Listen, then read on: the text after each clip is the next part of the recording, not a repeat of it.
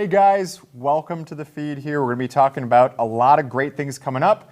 My name is Tom Grieve. I'm a former state prosecutor and criminal defense attorney. I am not alone. Starting to my right, we have Mr. Steve Fisher. Steve, do you want to introduce yourself? Hi, Steve Fisher here, everybody. Some of you may know me from being the USCCA Training Operations Director.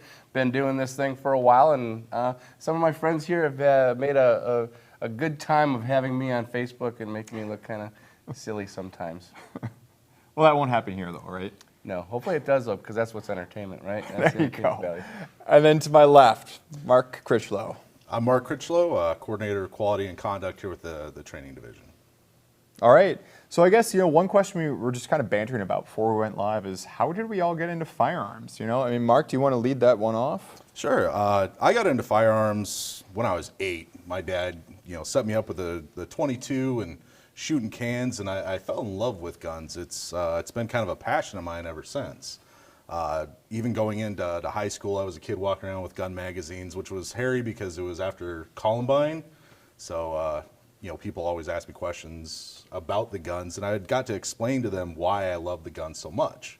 It's a tool. It's an effective tool that you get to use to hunt or defend your family, any one of those things. Yeah. Steve? Pretty similar to Mark's. I think that every good red-blooded American young man and young lady nowadays have had a grandparent or a parent that has introduced them to firearms. I had a 22 as well, and then that got me into hunting and trap shooting with shotguns, and then ultimately in the Army, I had my indoctrination to handguns and, military-grade firearms such as the M16. Yes, it was the M16 back in those days. And when I started out, I grew up in actually a single parent household, just myself, my mom, and I've always was interested in firearms as a young guy, I guess. And we were visiting my grandparents down in Florida, and we saw a billboard that said "Shoot machine guns here," and I saw that as we were driving to wherever it was we were driving. Now, how old were you?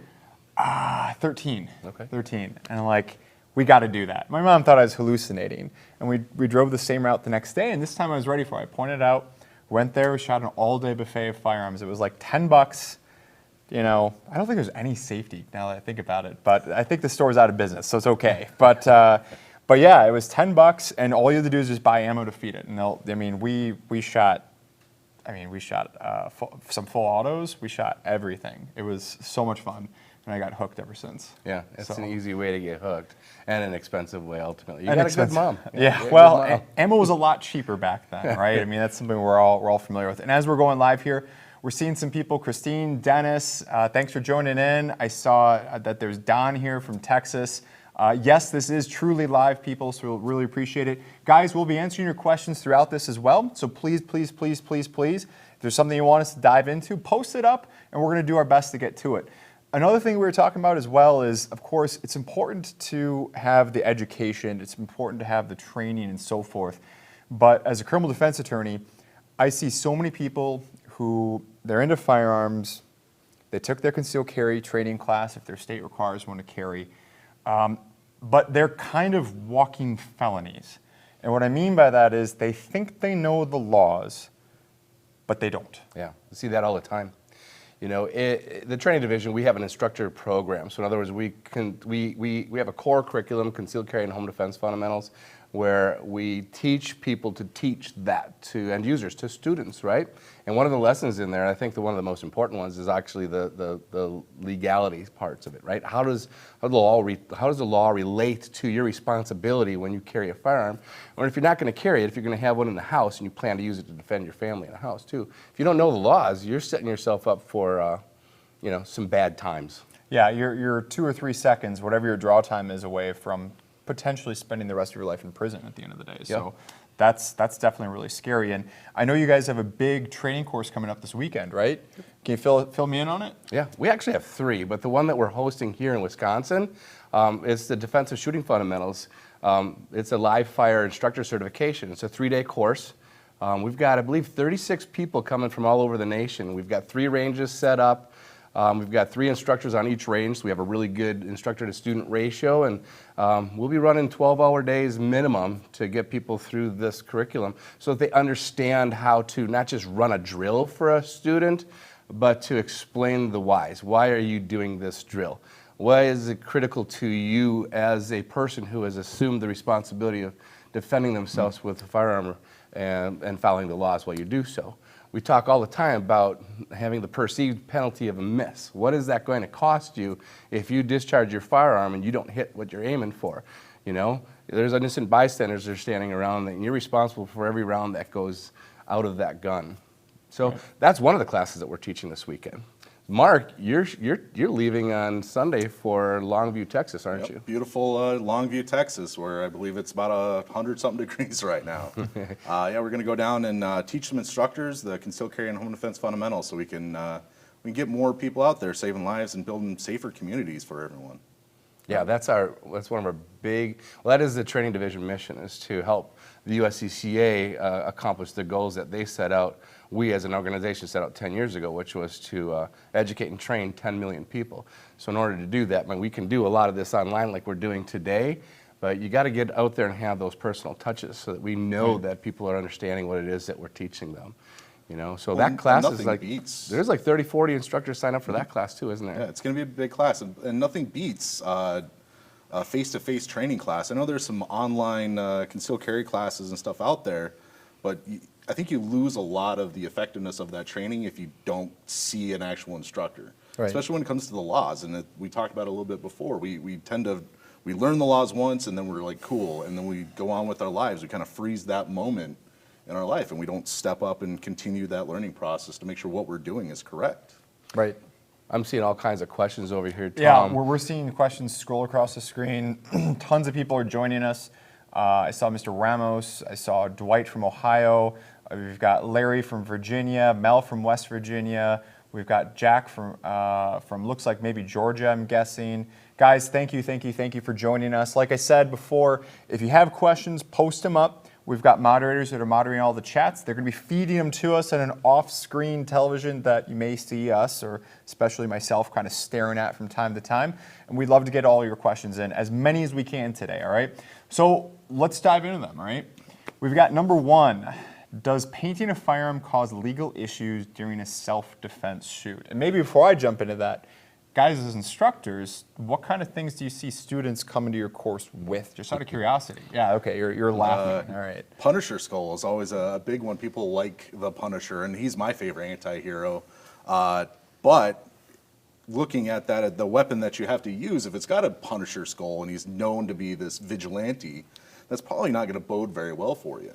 Or if it's painted like Deadpool, or it's got, on the barrel it says, smile and wait for flash. Right. That really doesn't set you up really well in a defense, because are you able to make that decision? Is your mind in the right place to do that? Yeah, it's definitely cool literature, if we're calling comics literature, which, I think some of them, to my opinion, are, but it's cool reading, it's cool Hollywood, it's cool fiction, but at least from my end as a former state prosecutor and criminal defense attorney, definitely never, ever, ever something that I would put on a firearm. And, I'll take it one step further. If I'm going to be concealed carrying that day, I don't know if I want to have a Punisher shirt on, for that matter, either, because the prosecutor can try. I'm not saying successfully, but they're definitely going to try to bring that all in to show what and I'm going to throw a Latin word out here, mens rea, M-E-N-S, separate word, R-E-A, but together it's basically what was your state of mind at the time of the incident. And don't get me wrong, as you've heard us talk about on many of our broadcasts over time, the facts are the facts are the facts of the shoot. If you have a good shoot, there's a lot of things that you can try to do to try to crowbar and to change that with different things like this. But at the end of the day, I'd much rather, as a defense attorney, not be trying to explain away to a jury why we should ignore that and just focus on the facts. It's an extra issue to deal with. So that always gets me worried. Yeah, that's the challenge. And when we do see people like that come into our classes, we address it, we can't tell them, you can't do that, but we do advise against it. So that's kind of our position on it. Yeah. Yeah. So it's something that we see come up a lot, and, it's definitely an important issue. We've got another one from Jason. Does hand loading create legal complications in self-defense cases? How many times do you guys see at the range people hand loading, like in your self-defense classes? We state when you come to our classes, it has to be factory ammo. As there's probably a lot of reloaders out there, and we understand that you guys are very particular, but stuff happens. You may miss powder or miss a primer, and now you're in a defensive situation, and you get a pop no kick or a squib load, and now you're kind of up a creek without a paddle. Right. Yeah, that decision was based solely on limiting liability. Like Mark said, there's a ton of people that I see on the ranges when I go practice by myself that are bringing in the ammo that they've loaded themselves. And I quite honestly don't see a lot of problems with it personally. Right. And I haven't experienced a lot of them with the people that are there on the range with me. But it just makes a lot of good business sense to make sure that we limit it to the factory loads. Yeah, the lawyers kind of ruin everything, don't we? Sorry, guys. Chris Ramos, Vegas. Got it. Frank from Washington State, the left witch? 18 from Texas. Mike, Don, Terry Glancy, thanks guys for joining us. We're looking forward to your questions. Post them up. We've got moderators who are going to keep feeding them to us. Next, we've got Steve. At what age do you start educating your children about firearms? Well, here's how I feel about this. And I'm going to go into story time because that's what I do really good, right, Max?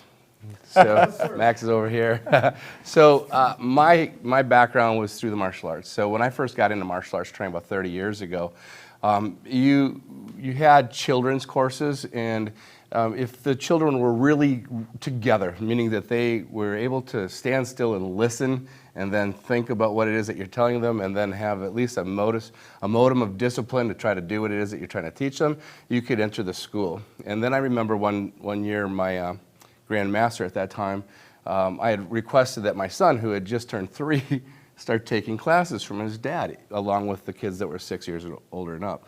And he said, not unless you teach the other kids that are that age. So I opened up my school to 4-year-olds, and I learned how receptive kids that are 4 years old are, that are coming from healthy homes. That's very, very important to announce here. In other words, what I mean is that the parents, they do a lot of explaining to the children why, and they do a great job of that. And those kids are conditioned to be able to listen to that and then apply those things that the parents are teaching them. So you asked the question, Steve, what age do you start them at? If you have a child in the house that listens well, and they have just a touch of discipline, right. Start them off with something like a Nerf gun, honestly, and then graduate into an airsoft, and then take them to the range with a .22, but make sure that each step of that journey, they know what we're talking about when it comes to safety.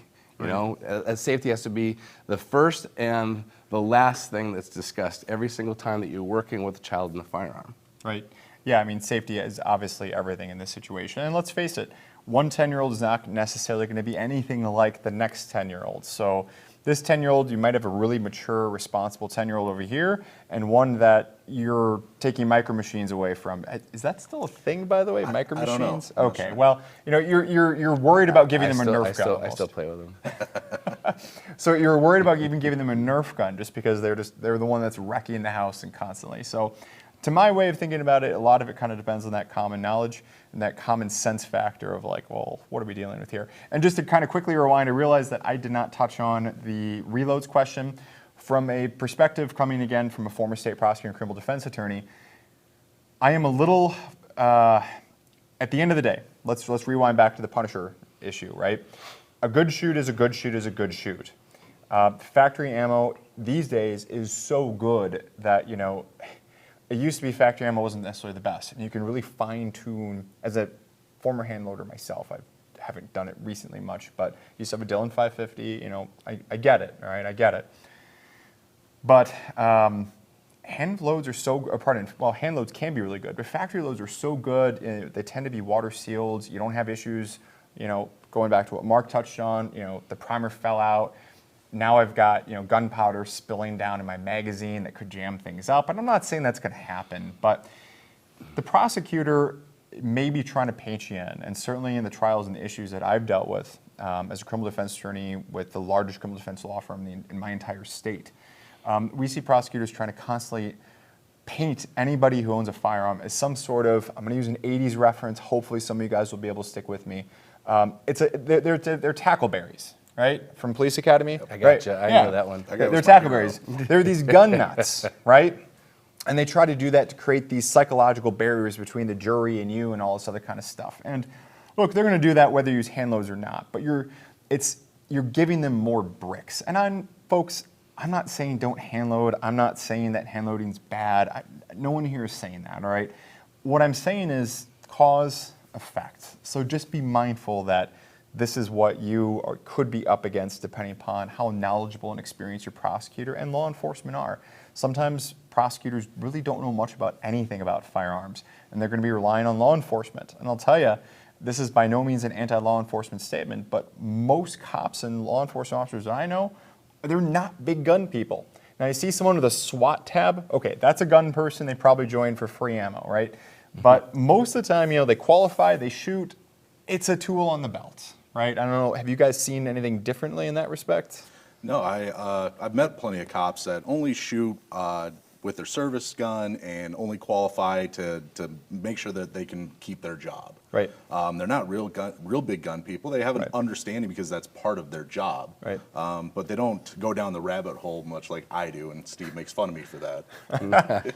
Well, they do have a respect for firearms, what Yes. what the tool can do for them if used properly, and what it can do if it's used improperly. Unfortunately, there's money that's involved in training, hiring a trainer, bringing one in, going to one, and then the ammunition, and then there's the time cost as well. And a lot of these guys, man, they're pushed to the limits with time and money the way it is. So they have to budget, and sometimes the budget doesn't allow for them to do the training that they know that they need. Right. But I don't know a lot of police that are anti-gun. Right, They're just right. very respectful. Yeah, particularly the officers in the street. Those guys actually, in my experience, tend to be the most pro-gun because they're dealing with the crap. I mean, they know what's going on, Yeah. right? You kind of climb up administration and you start to get to some politics and so forth, and things might change. Just like to give a hi to Diane, to Glenn, to Dennis, Dell, Haley again, and everyone else that's just tuned in. We're taking your live questions right now. Yes, this is truly live. So go ahead, put them up there, and we've got moderators that are gathering together and putting them on a screen for us to stare at and to hopefully answer. So, all right, here we have another one. Could the caliber you carry affect if you go to jail or not after a self-defense incident? Do you guys see people carry all sorts of strange calibers, or is it pretty much 9mm, 45, 40, 9mm? I've seen people saying that they carry like 10 millimeters Sure. or the big heavy calibers. I don't know if that's necessarily going to affect whether you go to jail or not, but it could definitely affect if you injure someone else, because 10 millimeters is a big, fast round, and it can go through and through someone and injure someone behind them. 10 millimeters are great if there's a bad guy hiding behind your neighbor's refrigerator Right, or you're car. in bear country. Right, yeah. Yeah, that's the danger in changing some of those calibers, is knowing what that round can do after it passes your target. Right. Right, and also, of course, in 10mm, you're talking about your Glock 27s, your 20s, your 40s, and so forth. Some of those smaller guys, once you drop off the 40, that can get pretty snappy for some people to handle. So I guess, always, of course, common sense, make sure you can handle the particular ammunition and the particular caliber in that particular firearm. But to address the question, specifically, can it affect? I mean, look, true story time, all right? I have been in court, not with my clients, but just sitting around waiting for cases to be called, watching other people's clients. I've been in court when Full Metal Jacket has been described as military-grade ammunition that no civilian should have access to. I have also been in court when hollow points have been described as cop killer bullets that no civilian should have access to. I've also been in court when anything that expands is called cop killer bullets. So basically, you want something that doesn't expand and you want something that doesn't not expand is effectively how these scenarios get set up. So at the end of the day, you got to understand that the court system is run by, unfortunately, a lot of times people who have no knowledge whatsoever about firearms. They're relying on politics, they're relying on talking points in the media and social media and elsewhere, which is incredibly scary, but equal parts and measure true. At the end of the day, if you made a good shoot, you made a good shoot. That's what it's going to come down to. I'm much less concerned about that caliber, but to both Mark's as well as Steve's points, right, that caliber can go a long way to giving you the good shoot without hurting someone else as well. So you need to make sure that you have the right firearm and ammunition combination for you. Right. All right, we've got Tom. Will changing the poundage of your trigger pull on your EDC, your everyday carry, set you up for a legal nightmare? Guys, do you see a lot of people modifying the trigger in your classes? Yes. And Well, we'll define a lot. I wouldn't say a lot, but there are people out there that Yeah. that lighten their trigger up because they don't like the way, let's say, a Glock trigger breaks. Right. You could be doing a lot of damage to your firearm if you don't do it properly, because Right. now there's potential it's not drop safe anymore. Right. And drop safe. Well, what's drop safe? Drop safe, so if you accidentally drop your firearm, it won't go off, and that's a good thing to have a drop safe firearm. But yeah, even in the legal system, I'm sure that an attorney can point back and say, well, you're just making that gun easier to kill someone. Sure. With lightning Or in the easier to trigger. hit your target, Yeah. right? Yeah. That's the flip side. It's also easier to have a negligent discharge as well. So some of these guys that are coming in, they've got those triggers set to 2.5 pounds. I mean, that's not something that, I mean, it can go off just by setting yourself up to Right. press a trigger, not just by pressing it. The thing I like about having, 5.5 plus is that that gun's not going bang unless you intend it to. Right. So when you modify your trigger, I think the question is set, are you setting yourself up? And I'm going to answer, I think you are. I think you are setting yourself up for something. It doesn't mean it's going to happen, but it means you're putting stuff on the table that can be knocked off. Right. And bad things could happen then. Right. Yeah. I mean, you're increasing your chances of if you go to holster your weapon, it catches some sort of snag, the corner of your holster, something discharges. To my way of thinking, there's two ways you can modify the trigger, right? You can either lighten it up, so you're changing the poundage, which I think specifically was Tom's question. And then number two, you can just kind of clean it up, right? We're not changing the poundage of the pull, but maybe we're changing the over travel, we're changing how it breaks and those kind of stuff. I'm a little less concerned about how does it travel and how does it break. In the over travel, I'd be more concerned about if we start swapping out springs, are we going to get light primer strikes? What are we setting ourselves up for there? I'm not saying universally bad idea, because I know that some firearms, I feel like it's been better in the last 10 years. But if you go back 15, 20 years or so, you used to see firearms come from the factory with like 10-pound triggers. Yep. And it's like, well, this is kind of a nightmare, particularly if you've got, Well, it's like a double action, single action pistol, Yeah. like a Beretta 92. Right. That first round, the long, heavy trigger pull, that sucks to shoot, and a lot of people don't practice that. right. It's no fun to practice that, right? It's no fun because you have to decock and shoot again.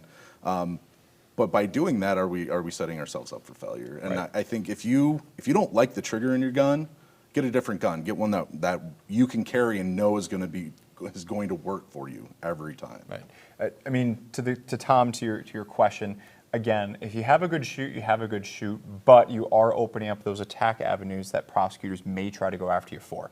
I'd be very, very, very concerned about dropping, just personally, just me speaking, I'd be very concerned about dropping trigger pulls on everyday carries below 5 pounds. Most Glocks are 5.5 out of the factory. Mm-hmm. I'd be really concerned about dropping those below 5. And especially concerned the deeper we go in those numbers. But cleaning up the travel and so forth, I'm not against that. I've actually done that with my everyday carries, so I'm less concerned about those kind of issues. Great question, Tom. Okay, so Ron Manfley, hey, great to have you here on YouTube. We're in a couple different locations on the USCCA page, I believe, as well as on YouTube. Next question, Max gave me a thumbs up. Glad I didn't drop that ball. David, is there any firearms training that would be considered bad, and could it be detrimental to a self-defense case? So guys, bad firearms training. What is it? What does it do? I mean, I think everybody's seen bad firearms training. I've seen a gentleman who is teaching people. He has a gun in one hand and a knife in another, and he kind of does this motion. And as you can see, it's probably not the best tactical movement as you keep flagging your arm in a dynamic critical incident. It's probably not great. I would say that's probably not super great training. I've never heard of that. Yeah, it's, That was sent to us by hundreds of people Yes. to find out if that instructor was somebody that we knew of. Fortunately, we didn't. Okay, that's good. That's good. And we watched as that played out too, how many people were, instructors, the instructor community themselves policed that person. Because he was putting stuff out there on YouTube.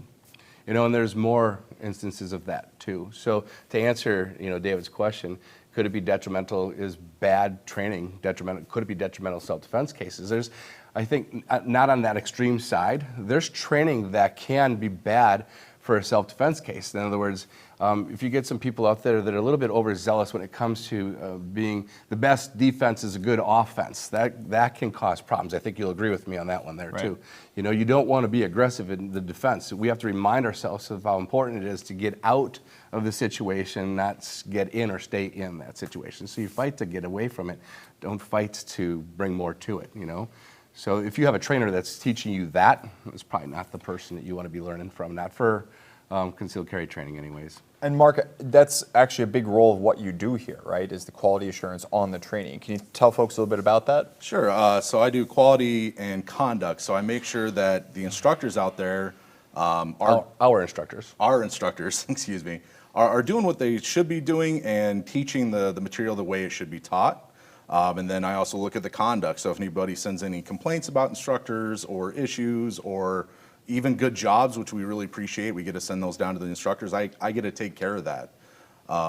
It's a fun job because you get to talk to other instructors. So and just staying on top of all the evolutions and all the dynamics of really what continues to be. I mean, training isn't something that stays still. It's always getting better, right? Yeah, we were having a conversation before about all these videos that I had watched. Be like, oh, we could talk about this or that. We stay on top of everything by continuing to go through and seeing these situations and how they can be changed or improved, or what can we add to our material to make it better. We get with subject matter experts, and that's what Steve does a lot, is talk to these subject matter experts to get the best curriculum to our people. Right. Yeah, there's some phenomenally accomplished instructors that are out there that we have really good relationships with that help us to stay at the top of our game, because we'll never be the end-all, know-all, individually or as an organization. We're always constantly looking to improve ourselves and making sure that we're identifying those people that have the most credibility and respect in the community. So, now here's one question that's coming in. Does the USCCA have instructors all over the United States, and how can you find them? That's a great question. We actually have instructors in Puerto Rico, all over the United States. We actually have all 50 states plus Puerto Rico, plus right? Puerto Rico. We have a training page that you can go to. If you go to USCCA.com, at the top of the page, you'll see training. Click in there, and there's a little box that says find an instructor. You can click in there. All of our instructors are on there. If they post classes, they're going to be up there. Search through state or zip code. Yeah, it's actually so a project that part of our IT team is working on right now. We're calling it at this time an instructor platform. So when you go, as Mark explained, you're going to land on this really easy to use, very high powered site where our instructors are there inputting their classes, and you can search by zip code, you can search by class type that you want. It's very user friendly, and I highly encourage everybody to get very used to it, because as time marches on, that's going to become even more and more powerful for people that are looking for training. Some of that stuff's going to be in person, most of it.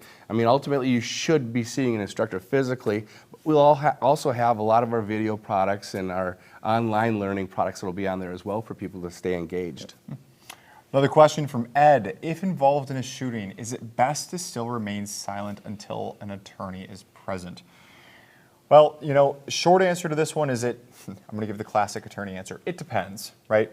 Because did you shoot at someone after you were attacked and now that guy's getting away? Because I was attacked, this was, maybe they dropped a knife on the ground. I want the police to gather that knife as evidence and the process as evidence, right?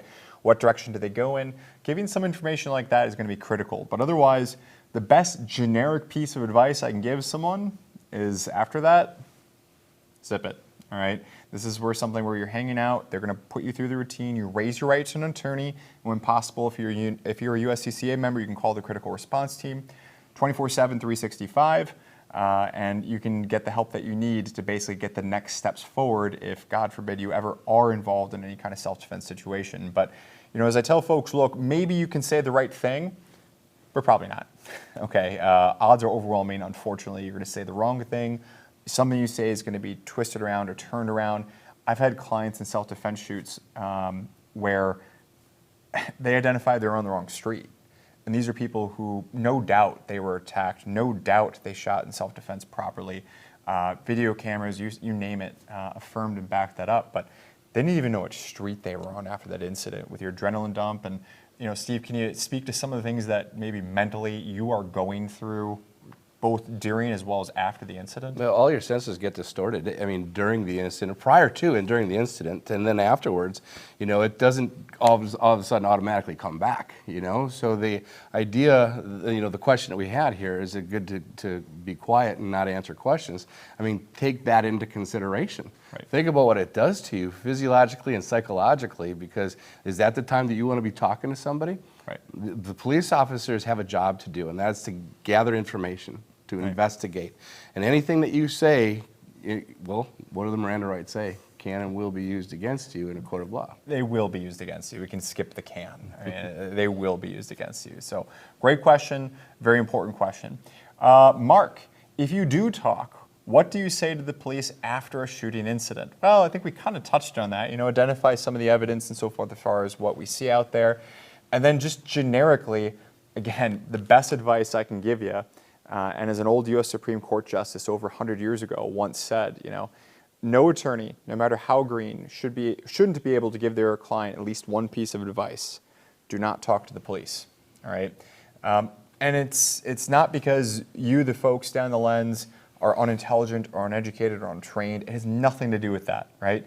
I know that you're at least most of those things because you're here. And I say that somewhat jokingly, but also very true as well. You guys represent the very educated, the most honest, earnest, and highly integrated folks that are out there, because that's what you're seeking out. You're seeking out to do the right things so you don't make the wrong decisions. But at the same time, you're involved in a self-defense shoot. Good chances at night. You may not have eaten recently or anything like that. Your fluids are going to be down.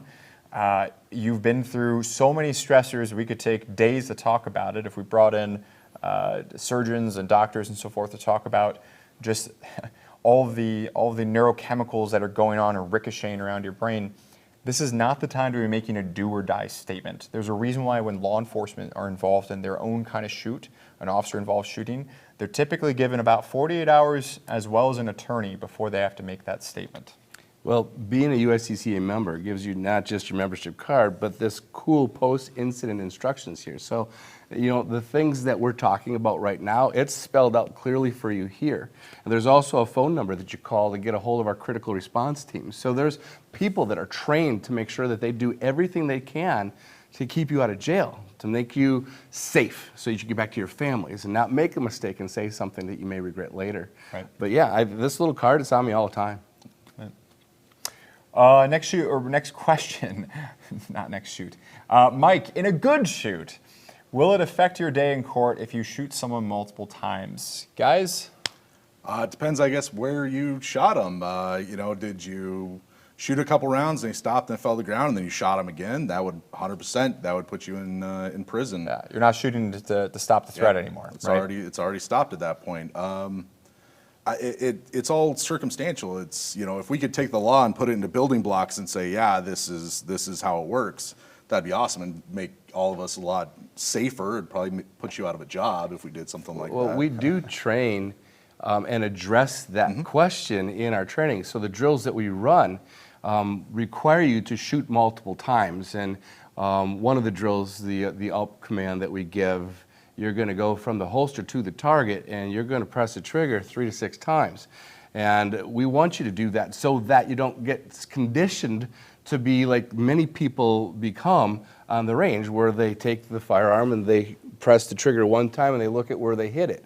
Or they get into this habit of shooting bang, bang. They're constantly shooting 2 rapid fire shots and then bringing the gun back to look to see how they did. Some people think they've got it down pat when they're doing the failure drill, and they'll go bang, bang, 2 to the body and then 1 up to the head. But they get these patterns that they start to develop. And in a fight, a dynamic gunfight, most people don't go down with 2 shots, and most people aren't going to hit that headshot because it's a hard shot to make. Yeah, we're not all John Wick at the end of the day. Well, I think that emergency drill, too, is kind of starting to go away to the reverse emergency drill, which is 2 to the chest and 2 to the pelvic girdle, because they've noticed that headshot is so difficult to try and achieve, especially when you've got all the adrenaline and the whole pharmacy in your body just kicking because you're scared. You're fearing for your death. Yeah. Obstacles, and there's so many variables. You're not gonna see if you shot someone. It's not like the movies where you're gonna see sprays of blood. You're just gonna see that the bad guy stopped. Right. If that person is stopped, the threat is stopped, you can escape,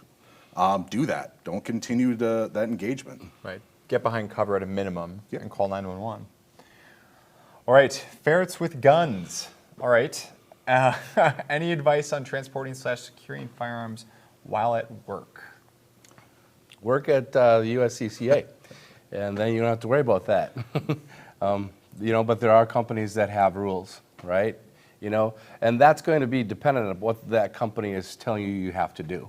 Right. Some will give you permission to keep them locked up in your car in a certain way, and some companies may not even want it in their parking lots. Right. But you got to know your company's rules. And you got to know what the laws are as well, because sometimes, this is going to shock some of you, I know, companies don't follow the law. So knowing what those are and becoming educated, we've got a fantastic website which is being built out, and folks, if you've got feedback, let us know what that feedback is. But uscca.com/laws, LAWS, laws, is a fantastic resource to kind of get a lot of the boots on the ground, particularly if you're traveling and you need to learn some of the self-defense laws, carry laws, transportation laws, in whatever particular state.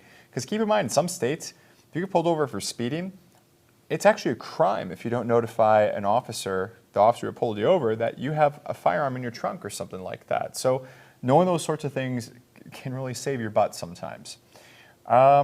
All right, what do you tell the 911 dispatcher after/during the self-defense scenario as what you say is recorded? So what do you tell the 911 dispatcher, keeping in mind that it could be recorded? Well, this defensive shooting fundamentals course that we have, we do two simulations. One is inside of the house and one is outside of the house. And we do practice what to say to the 911 dispatcher. And basically it's just a description of the incident. Yourself, what's happening, where are you, what do you look like, what are you doing, what are the bad guys trying to do? Don't try to explain your actions in these calls. Just explain what's happening at that moment. And keep in mind, folks, let's remember, just exactly as the question said, it's being recorded. You were talking to the cops, the judge, the jury, the media, your in-laws. Everybody and anyone who hears that is going to be judging you, quite literally judging you, and taking impressions that are going to follow you the rest of your life. This is not your moment for expletives, although the situation may call for it. This is not a moment for any of those sorts of things. You have to be extraordinarily careful. A recorded line is like a tracer. It works both ways, right? It's going to record the things you want to record, but it's also going to record things you don't want it to record. So you have to be very, very, very careful anytime you're doing something like that. But, to exactly what Steve was saying, look, identify the fact that I'm the good guy at the gun, I was attacked, I'm dressed in, a white shirt, blue jeans, so forth, so officers hopefully can spot you out. But if Kevin Michalowski was here, a common great guy here at the USCCA in many of the videos, he's a law enforcement officer, and I bet if he was standing here, he'd be saying something along the lines of, look, officers riding into a scene, they're not necessarily given all the information. So just because you told the dispatcher, yeah, I'm a guy with short hair and I've got, a white shirt on, a blazer and blue jeans, don't assume that the officers responding to the scene know that. And even if they do, they're still going to be very heavy on the command language. So survive that next encounter. And don't think that a conversation with a 911 dispatcher might save that whole thing, all right? I do want to make a point, though, too, one more point on this one. When we do teach these classes to instructors that want to get certified to teach this class, it's remarkable how many of those people fail in that simulation. All we do is pound the table and raise our voices. That stress that we're introducing to the simulation is enough to get them to struggle through that 911 call. We talk about in the house, we talk about making sure that you evade, then you barricade, then you arm, then you, what's the next one? Communicate as needed, and then respond accordingly. That 911 call is in that communication phase. So as it gets to that point, you can think about how much time it takes for you to escape and barricade and arm, and the pressure that's coming at you. And now when they get on the phone to make that 911 call, some of these, it's almost sad as to how much they struggle to get through that. Right. So what I'm trying to say is that you might want to find somebody that can help you to train through that. and put you into as real life of a situation as possible. And do this not with yourself and your neighbor, but go and find a very good, well-respected, disciplined, and firearms instructor to run you through something like this. Right. In our Concealed Carry and Home Defense Fundamentals book, it actually has almost a script that you can read. And there's one for, say you had to present your firearm, but the bad guy ran away. Or if you had to actually use your weapon in self-defense, it's got scripts in there for you, as well as home defense checklists and stuff like that. So it's a great book, a great resource to have. And taking the extra steps to familiarize yourself with what to say and when.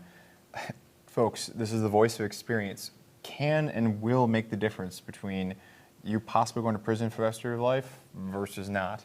Even if you have a good shoot, if you screw it up with a bunch of bad statements, you've at a minimum seriously muddied the waters. So it's something where, look, practicing, even if you practice everything right, drawing from concealment, you name it, knowing how to handle everything after the shoot.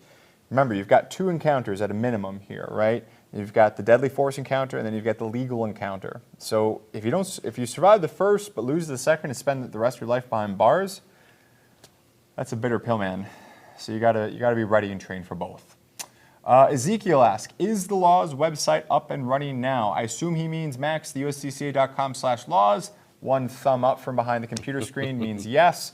Yes, that is up and running now. But remember, it is constantly being updated. The laws are always changing, all right? So you need to always be updating yourself. And if you're going to be moving to a particular state, I always encourage you, start with the USCCA.com/laws website, but also check out the particular DOJ of that particular state and familiarize yourself, because sometimes these laws, again, speaking as an attorney who practices in this, some sort of case gets published, which nobody mentions, right? Because I assure you, virtually every single day, cases are being published, which changes and modifies the laws, all right? So nothing will replace checking out and basically spending a career learning the laws in a particular area. But if you don't have a career to do that, then the USCCA.com/laws website is a fantastic resource to get your boots on the ground and get rolling on that, all right? Should you keep a training log? Is it beneficial after a self-defense incident? Guys? Yeah, well, the great Masad Ayub teaches that and emphasizes it, and I subscribe to it, and therefore I teach that as well. Why not keep track of what you're doing? As long as when you keep that log, it's apparent to whoever the reader may be that the intent and purpose of that training is for you to make sure that you make great decisions, that you don't engage if you don't have to, and that when you did engage, you considered all of the legal responsibility that you have in an engagement. You're going to be held to a higher standard than anybody else because you should have known better. And Masad Ayub actually goes a step farther and says that you should send your training log, your certificates, everything that shows what training you took, send it to yourself in certified mail, and then put it in a safe deposit box somewhere that you'll be able to access, or your loved ones will be able to access if this does happen. Because then it shows when it was sent to you, and it's through that certified mail. So it's all trackable. And just like what Mark's saying, if you choose to carry a gun, you're going to be held to a high standard, period. Everybody who chooses to carry a gun is going to be doing that. And frankly, if anybody who is employing deadly force, candidly should be held to a high standard. Absolutely. But that's the reason why we have to train to an equally or even higher standard to make sure you stay out of trouble. We have, while waiting for the police department to arrive, what condition should my firearm be in and where? While waiting for the police department to arrive, well, is the bad guy still fighting us? Okay, so that's the first thing that I consider, right? So if the threat no longer is in the area or no longer presents a threat to us, I reholster, but I do so reluctantly. That's the way we teach it to everybody as well. I make sure that I become a good witness at that point in time, and I wait for the police to come, and when they get there, I make sure that I show empty hands. Every situation is different. It could be the guy's laying on the ground and you have to cover them until the police show up if you can't get out of there. If they're down, I'm running away. Not fast or far, but I'm getting out of there if I can. You can put it in your car as long as the police know that you're not armed, because you're going to be at gunpoint. You're going to go through a whole felony arrest game that they've got planned for you. So. Right. I mean, at the end of the day, this is one of those things where it's rare to find consensus in this world, period. And this kind of question is certainly no exception. I know some people say, You should always holster it. Other people say you should always set it down. That way you can move away. And that way law enforcement does not necessarily have to deal with the question of, well, how do we disarm this guy? I guess to my end, I'm somewhat of an agnostic of saying, look, at the end of the day, as long as you can safely navigate the police commands, I'm good. I've had clients do both, and as long as it, like I said, the key linchpin here is you are responding to the officer commands.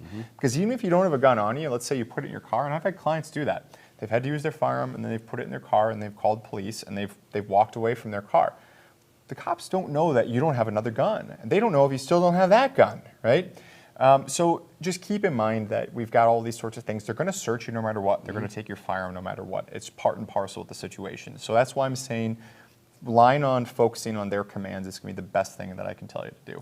Well, and going back to the drop safe part too as well, you know, you want to make sure that if the cop shows up and says drop your gun, you drop the gun Right. without fear of that gun accidentally going off. Right. Mike asks, what if you're in a self-defense situation and the person with you is talking to the cops and is not aware of the process and not aware that they are putting you or making you look like the bad guy? What do you do? Educate them Right. beforehand. You know, my wife and I talk about this stuff all the time. Like, all right, so if this situation happens, this is what we're going to do. Even sitting in a restaurant with her sitting across from me, which way do you go if I have to draw my firearm? Right. Because you don't all want to go the same direction. What do you say to the cops? You know, don't consent to a search of any property unless, you know, they have a warrant, things like that. And I'm going to throw out another movie analogy. Hopefully some of you here has heard of this little movie back in 1999 called The Matrix, right? There's a particular scene where they're walking through and Morpheus is saying, if you're not one of us, you're one of them. In other words, everybody out here. Except here, everybody else is people who have not been through this kind of training. Because if they don't know what to do and say, they may, thinking that they're helping you out, they may really hurt you. So this is where you need to spread that training. For lack of a way of putting it, you need to evangelize, not only for their protection, but for yours as well. Because if you're out with a buddy and something happens, that buddy thinking he might help you, might actually, he may not put you in the ground, but he may put you behind bars. And he could just say the wrong thing, not even intending to. Maybe he says something that's open to interpretation. And I assure you that prosecutors will run with those open statements. Just, I'm not saying that they're evil people, but they're meant to assess and analyze everything. And my candid perspective, they don't necessarily always get everything right. We're all human, neither do I, right? But kind of back to that Matrix metaphor, if you're not one of us, you're one of them. If you're not trained and you know how to handle this, you are effectively a liability at the end of the day, at a minimum a legal liability. Our most frustrating clients at the law firm are dealing with that mom or dad who insists on talking to the cops about whatever it is that we're dealing with on little Timmy's case, right? Don't be that person. And keep in mind, if your friends haven't been here, they are that person waiting to happen. So talk to them about training, get them plugged in, get them hooked up with an instructor, and get rolling on it. Even if they refuse to do that, just having those conversations with them over dinner, over whatever it is, just get them talking and get them into lifestyle so that they know what's going on, right? All right, as trainers, what would you say to the people who take the minimum amount of training to get their permit and then stop there? Probably a felony waiting to happen. I'll just throw that out there. Yeah, I don't teach those people. So, and I challenge our instructors to be similar. So when somebody inquires about a class, I explain to them what the class all entails, but I also explain to them the journey, because they're embarking on a lifelong journey. For as long as they've decided to take that responsibility on, you need to make sure that you never walk away from what it is that you're learning in that first class, that you build off of that, so that, like you said, you don't end up foolishly making a mistake because everything that you learned is now forgotten. What do they say? It's like 15 minutes after a class, you've already forgotten 15% of what you learned in that class, and then that starts... Surprised it's not more. Right, and it starts to get bigger and bigger and bigger. That's one of the reasons that we require our instructors to include a textbook, not a 3-hole punched copy of the PowerPoint put into a binder that goes into a garbage can right afterwards. We have really nice textbooks for all of our curriculum, and we have e-learning that people can go to at any point in time and re-engage. And then, again, I can't emphasize how important it is to develop a relationship with a very trusted and very, very skilled firearms training professional. And then deciding on a cadence with that person as to how many times that you want to meet with them. And that's dependent on the individual. But I say all the time, if you're going to really stay at the top of your game here, you should be seeing an instructor a few times a year. Not for a full day class, but just to let that person see and make sure that they bring you back to where you were when you took the class initially, and then build off of it. Just something that has always been unsettling to me about going through and seeing a lot of the different instructor training programs out there, not the USCCA, but other instructor training programs, is there seems to be basically, fundamentally, aside from USCCA, there seems to be fundamentally two different types of classes, right? You have the cop or retired cop who's teaching classes on the side, right? And I've been in those classes, and they are not necessarily telling you at all, in my opinion, as a criminal defense attorney, the right way of how do you handle and address police. Often, maybe not every time, but I've seen it, often their advice is basically tell them everything, which I always find kind of interesting because it runs 100% diametrically opposite to what they are trained to do if they are involved in a self-defense situation. But nonetheless, this is how they run their class. And I'm not saying that they're trying to be malicious or anything. At the end of the day, they're trying to do their job. But is their job to be a cop, or is their job to necessarily train you to survive both the deadly force encounter as well as the legal aftermath encounter? Sometimes I'm a little leery about what the answer is to that question. The second one is then invariably the guy runs the gun store and is trying to come up with a little extra cash or something on the side. They've got their general purpose room and we may as well stick some people in there with a chalkboard on a Saturday. Sometimes those classes are great. They really are. Other times they miss the mark. Let's just put it that way. So there's such a need from my end as a criminal defense attorney who sees people who truly thought, I did what the teacher said. And man, they find out all too late, boy, that was wrong. I find this question is kind of like politics and religion. I can talk about my politics or my religion all day, but that's probably not going to change your mind. I could give you statistics and everything. A lot of people are just going to do the bare minimum because that's what they can get away with. All I can do is I can give you the why, I can give you understanding, I can try and educate that person as much as I can. Right.